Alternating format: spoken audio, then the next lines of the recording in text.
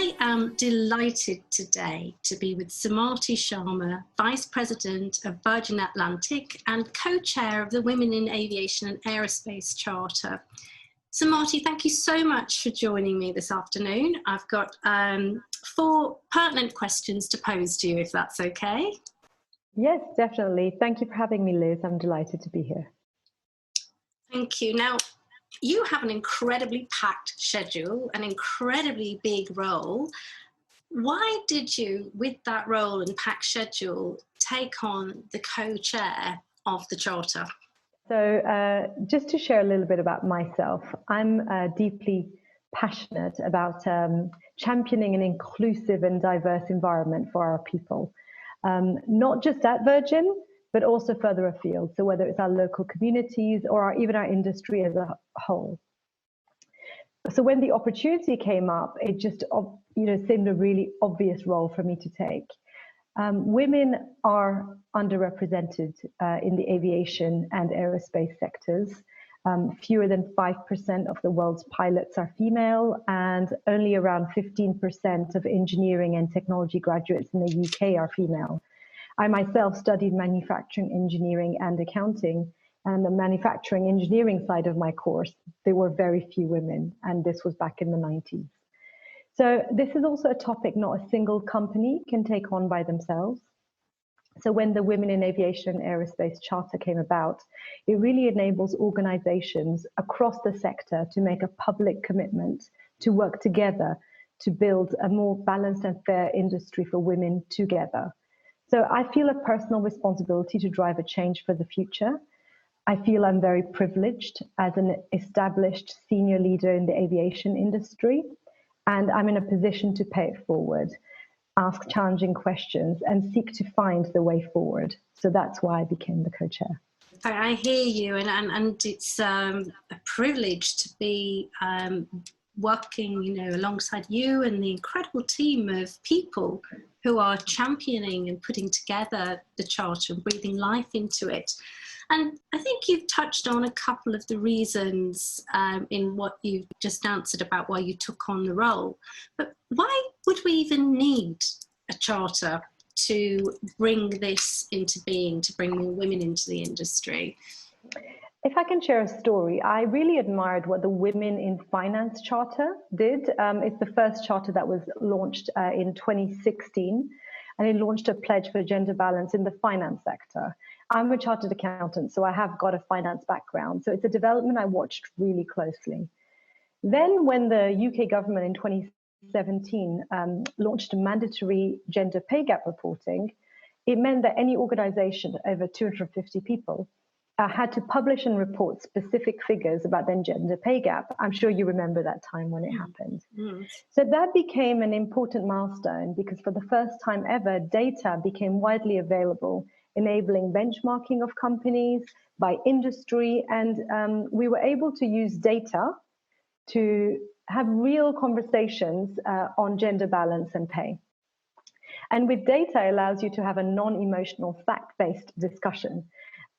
So then I got to know Catherine Bennett, who's the SVP of Airbus. And, we were discussing exactly what I said before, the underrepresentation for women. And we felt it was really essential for leaders to work together to ensure organizations are diverse, inclusive, and provides opportunities for all. So it was a combination of my personal and also my company's ambition at Virgin to champion diversity and inclusion, and that's kind of how the charter came about. So we based it on the Women in Finance Charter, which Virgin Money and Her Majesty's Treasury launched. So a couple of years later, we launched the Women in Aviation and Aerospace Charter in 2018 at Farnborough Air Show. We started with just 40 founding signatories. We found those organizations we knew would support us early on. So whether it be EasyJet, Virgin, Heathrow Airport, Airbus, Rolls-Royce. And we launched with the government's full backing. Now we have over 200 signatories. We have a great team who work on the charter. A big shout out to that team. Everybody works pro bono on this. We do this because we feel strongly about committing and supporting the progress of women in all stages, whether they be entry level, apprentices, all the way to the boardroom. That's really clear and a great explanation. I just want to shout out to all the small companies, because we were a founding signatory. We're Yes. very much in the SME thing, and that one of the questions I get is, well, if I'm too small, as a company, can I join? And absolutely. And you've spoken about the conversation, and talking of conversation. Now, one of the things I've really admired about you over the summer too, we've had a very turbulent summer all round. This interview we're recording in September 2020, and we've seen Black Lives Matter movement come into the fore. And as a woman of colour yourself, I've seen too that you champion on the Virgin page in your bio why we need to bring race into the conversation. And I think it would be really helpful to, what do leadership teams that are predominantly male and white, how do they even begin to start a conversation about equity and equality in the workforce? Because it's such an important topic and we can't ignore it any longer. Absolutely. Very powerful things have happened in this year, big things. And on this topic specifically, it's really by beginning to truly listen to people from diverse backgrounds in your organizations. So that, when I say diversity, it's whether it's gender or race or religion or sexuality, it's by listening. And whilst the Women in Aviation and Aerospace Charter focuses on gender balance, evidently becoming more aware of the barriers that people of different backgrounds face. So whether it be race specifically, starting authentic conversations, and then starting to look at best practice and starting to begin demonstrable action. So not just words and comms can do this, it's also leading all the way to action. So there is a charter called the Race at Work Charter, which business in the community lead. It helps organizations amplify their commitments to improve equality of opportunity in the workplace, very similar to the Women in Aviation and Aerospace Charter. So again, I'm of the belief, I am a data and metrics-led person, that data and insights can enable non-emotional conversations as well on this. I welcome the advent of ethnicity pay gap reporting. That can also become a catalyst for change, to provide more transparency on representation at all levels, and looking at different topics of diversity, as we said. So I'm encouraged that the UK government is starting to shine a light on this topic as well, but there is a long way to go. Reports such as the Parker Review, so if you haven't seen that, please go and have a read. It starts to look at the challenges of people of colour, and particularly ethnic diversity at very senior levels, and where we need to go to help to drive a change. So, but I always begin by saying, listen, authentically listen, and begin conversations to understand the viewpoint of the other person and what it's like in their shoes. I think that's brilliant. And I from my point of view, I think being unafraid to ask questions, even if you fumble through, to open the gateway to do the authentic listening, I think is really important too. Yeah, absolutely. What you described there is a curiosity as well. Mm-hmm. Being curious about people authentically, looking to find out more about them goes a long way. Thank you. And clarity always. I love the data and the clarity. With clarity comes an action plan based on factual and practical solutions, which is what we need. Now, we are in a perfect storm of everything in aviation. And you are a leader that we're looking to now.